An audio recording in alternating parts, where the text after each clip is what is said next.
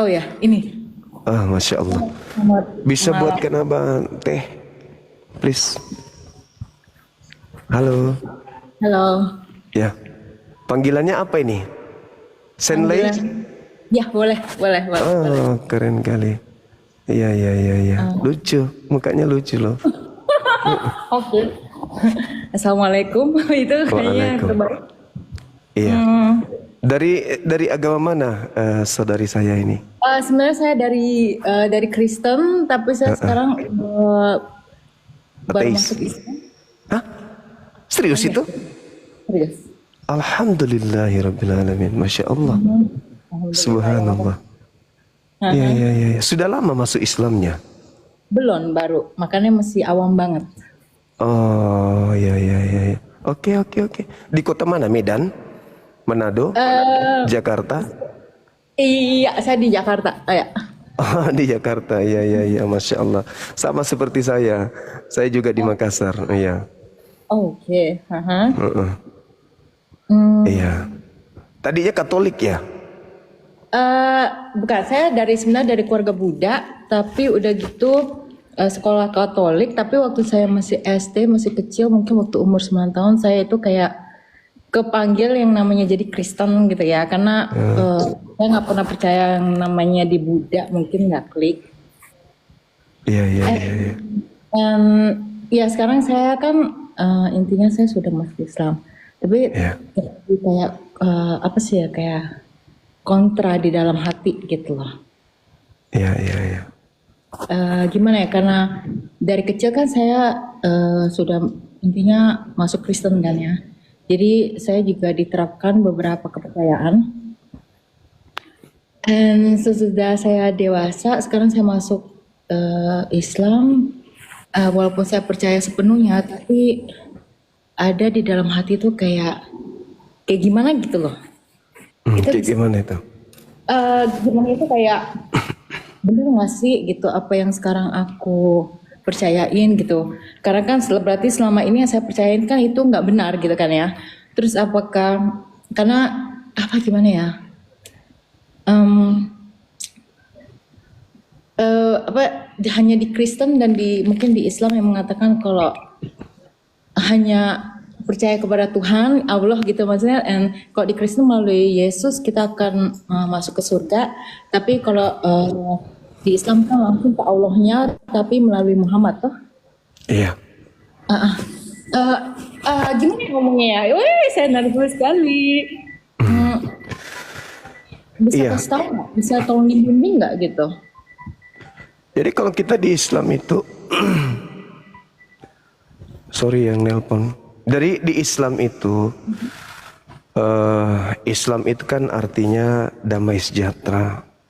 Orang yang menundukkan diri kepada Islam disebut Muslim. Kalau perempuan disebut Muslimah. Orang yang masuk Islam bersaksi tiada Tuhan selain Allah. Jadi kalau kita sudah menyaksikan bersaksi, ikrar bahwa Tuhan itu adalah Allah yang maha melihat, maha mendengar. Kesaksian kita itu harus mutlak sepenuhnya. Kalaupun kita belum bisa sepenuhnya, paling tidak kita berproses untuk menjadi seorang muslimah yang berasas terhadap akal. Kan gitu. Ya kan ya. Nah, kita bersaksi tiada Tuhan selain Allah, berarti kalau kita mengakui dia adalah Tuhan kita, maka kita harus buktikan itu dengan mengaplikasikan hidup kita itu sebagai seorang muslimah. Jangan kita mengatakan saya warga Indonesia dan saya percaya Pak Prabowo adalah presiden saya. Tetapi sikap kita sehari-hari tidak mencerminkan sebagai warga negara Indonesia yang baik. Malah cenderung terlihat kita ini adalah warga negara pembangkang. Berarti kesaksian kita mengakui dia sebagai presiden itu tidak benar-benar, tidak sungguh-sungguh. Karena kita ini harus, ketika kita berbicara, ya kita harus sesuaikan dengan fakta. Kalau kita berbicara tidak sesuai dengan fakta, itu kan jadinya munafik. Nah, untuk sampai ke sana, betul jalan yang saudari tempuh ini adalah belajar. Nabi Muhammad aja diperintahkan ketika pertama kali bertemu dengan roh kebenaran, Iqra, baca. Jadi ketika saudari saya masuk Islam, Maka apa yang harus saudari lakukan? Baca. Baca dengan pikiran, baca dengan perasaan, baca dengan keadaan, situasi, dan seterusnya. Itu Islam tuh. Nah, ketika kita mengatakan kita menjadi Islam, berarti kita sudah masuk ke dalam ibaratnya sekolah. Kita sudah masuk terdaftar sebagai siswa di sekolah itu. Database kita sudah ada. Maka kita masuk dalam koridor qad aflahal mu'minun. Orang-orang yang beruntung. Orang-orang yang beruntung. Kenapa dikatakan orang-orang beruntung? Karena sudah tunduk, masuk berserah diri, ya aku ini hambamu. Terkait dengan saya ini nanti mengaplikasikan hidup saya sebagai hambamu yang benar, ya tergantung usaha saudari kita ini. Apakah betul-betul ingin menjalankan perintah atau tidak menjalankan perintah. Karena Islam itu perintah dan larangan. Makanya di dunia ini hanya ada dua kelompok. Yang pertama adalah Islam, yang kedua adalah kafir. Islam berarti makhluk atau manusia yang ingin terpimpin, ingin diatur, ingin tunduk. Kalau tidak mau tunduk kepada perintah Tuhan, keluar menjadi kufur, menutup diri terhadap aturan. Kalau kita sudah masuk Islam, berarti kita harus siap diatur oleh Tuhan kita.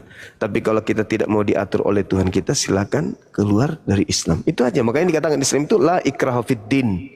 Tidak ada paksaan dalam ajaran agama Islam. Tidak ada paksaan untuk orang datang ke Islam. Harus Islam, boleh tidak Islam. Enggak. Seperti itu, saudari.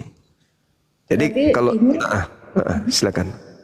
berarti ini juga bisa dikatakan ada orang misalkan Islam tapi juga bisa kafir gitu. Bisa nggak? Ada, bisa. Bisa kan ya berarti Bisa. ya? Oke. Iya. Bisa. Karena kafir itu kan kafar artinya menutup diri. Ketika diperintahkan mereka tidak melakukan. Berarti kan menutup diri tuh. Bukan dikatakan kafir itu ketika melakukan penentangan terhadap Tuhan. Enggak. Termasuk kafir itu ketika ada perintah yang datang kepadanya, tapi membantah, melawan perintah itu. Karena Islam itu artinya damai sejahtera. Orang yang mengikuti damai sejahtera itu mereka berserah diri. Ketika mereka berserah diri, mereka ikhlas. Apapun yang diperintahkan oleh Tuhannya, maka itulah yang dilakukan. Nah, itulah disebut Islam berserah diri. Muslimah itu adalah makhluk Tuhan yang berserah diri kepada Tuhannya, tunduk berserah diri kepada Tuhannya. Di Islam memang banyak aturan dan cenderung kita itu membantah aturan itu. Kenapa? Karena iblis tentu juga ingin kita itu terbebas dari aturan itu. Agama terdahulu Adam alaihissalam diminta tunduk, iblisnya datang nggak usah tunduk. Nabi Musa datang memberikan aturan agar umatnya taat kepada aturan itu, iblis datang nggak usah. Yesus datang mengajarkan agar mereka tunduk kepada apa yang diaturkan oleh Tuhan, mereka mengatakan nggak usah. Nabi Muhammad datang, ini loh yang harus kalian lakukan, iblisnya datang nggak usah. Gitu.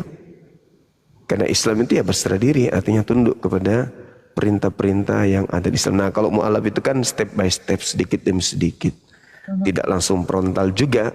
Seperti itu. Seperti layaknya Islam turun ke bumi ini, itu 22 tahun lamanya. Baru Islam itu sempurna. Nah, minimal ketika Al-Quran itu sudah datang sempurna, sudah ada di hadapan kita, bukan lagi masa pewahyuan, ya minimal kita sebagai orang Islam ini belajar demi keselamatan sedikit demi sedikit. Nah, sama seperti saudari, begitu masuk Islam, dosa-dosanya yang lalu-lalu itu dihapuskan semuanya. Nah, jangan berbuat dosa lagi setelah masuk Islam. Kalaupun ada kehilapan, ada kesalahan, pelihara diri supaya tidak jatuh terlalu jauh. Bertaubat, istighfar dan seterusnya. Sekira begitu. Oke. Tapi Bang, ada tips nggak? Bagaimana kan ini kan masuk Islam kan dosa juga dihapuskan. Tapi di dalam mungkin aku nggak tahu ini pikiran atau hati itu saya masih mempunyai kalau Tuhan Yesus kan juga udah, intinya Yesus sendiri kan sudah, karena saya sebelumnya nggak Kristen kan, Yesus sendiri juga sudah pernah menebus dosa saya gitu loh. Jadi saya itu masih kayak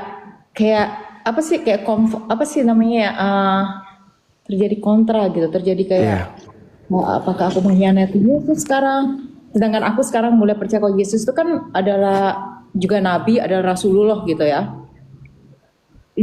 Kontradiksi sekarang di dalam pikiran sama hati itu kayak kayak nggak menyenangkan gitu loh. Oke, oke, saya paham. Jadi kalau Yesus itu dalam konsep Kristen menebus dosa. Menebus dosa itu dalam konsep Kristen. Tapi mohon maaf, tak ada kaidah di dalam agama langit nebus dosa dengan cara membunuh orang, dengan cara membunuh bahkan Tuhannya. Atau Tuhan ingin menghapuskan dosa dunia, dia harus turun mati untuk disalibkan untuk dosa dunia. Bukankah Tuhan itu maha pengampun?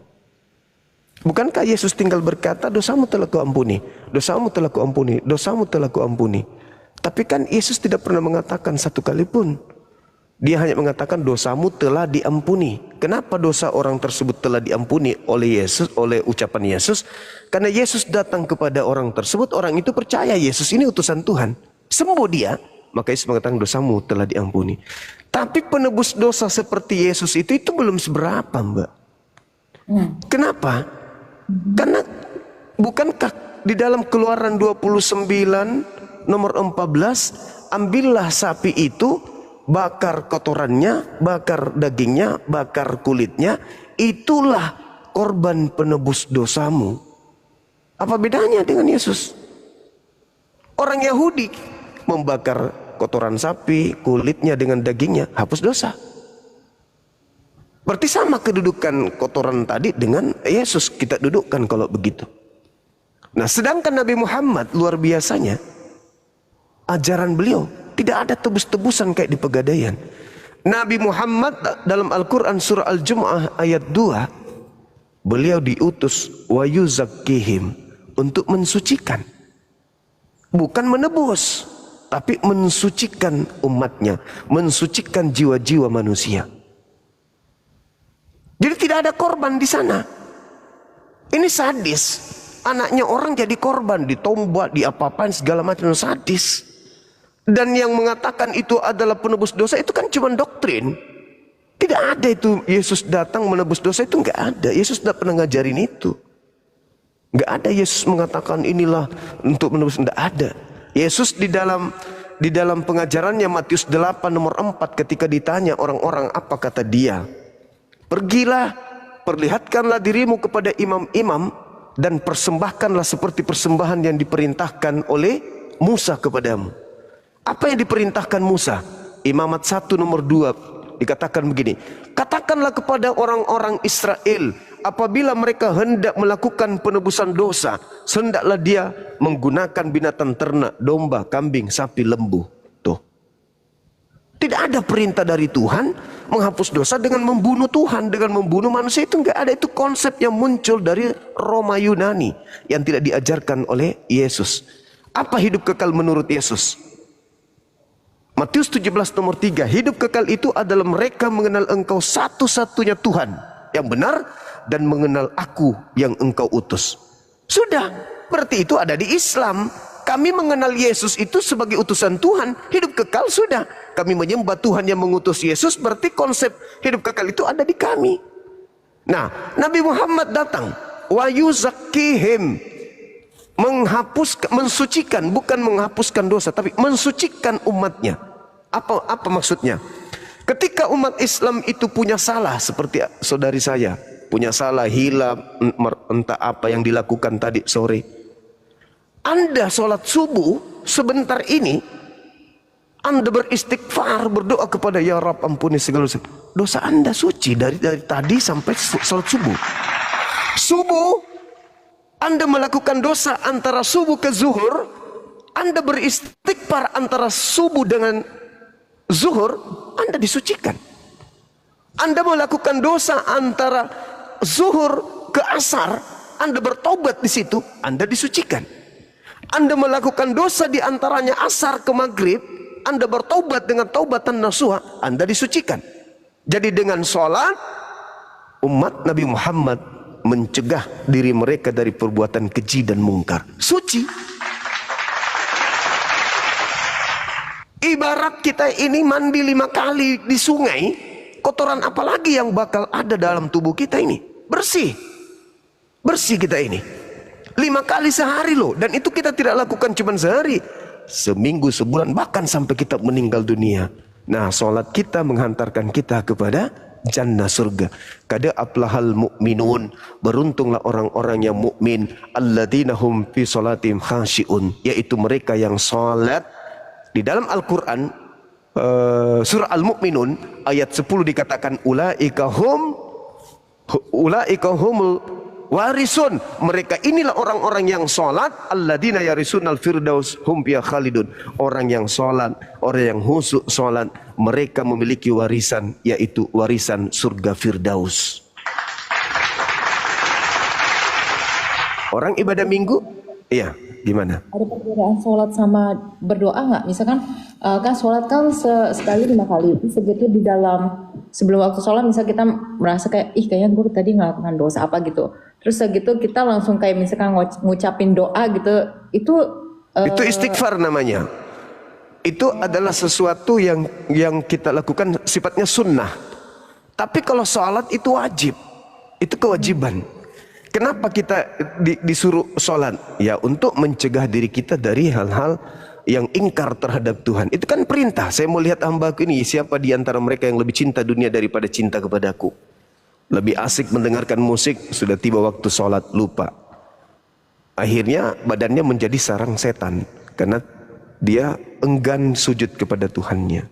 Jadi perbedaannya di situ, intinya di situ. Kalau Yesus datang menebus dosa, tapi itu tidak ada kaidahnya dari Yesus sendiri. Kalau Nabi Muhammad, Al-Quran surah Al-Jum'ah ayat 2, beliau datang untuk mensucikan manusia. Setiap kali manusia itu berdosa, tengok aja Idul Fitri, 1 bulan mereka berpuasa, dosa selama 11 bulan itu terhapus dengan Idul Fitri. Dosa dalam 1 hari dihapuskan dengan sholatnya. Dosa dalam 1 minggu dihapuskan dengan sholat Jumat. Dosa dalam 1 bulan dihapuskan dengan bulan Ramadan. Disucikan kita ini umat Islam. Hanya itu.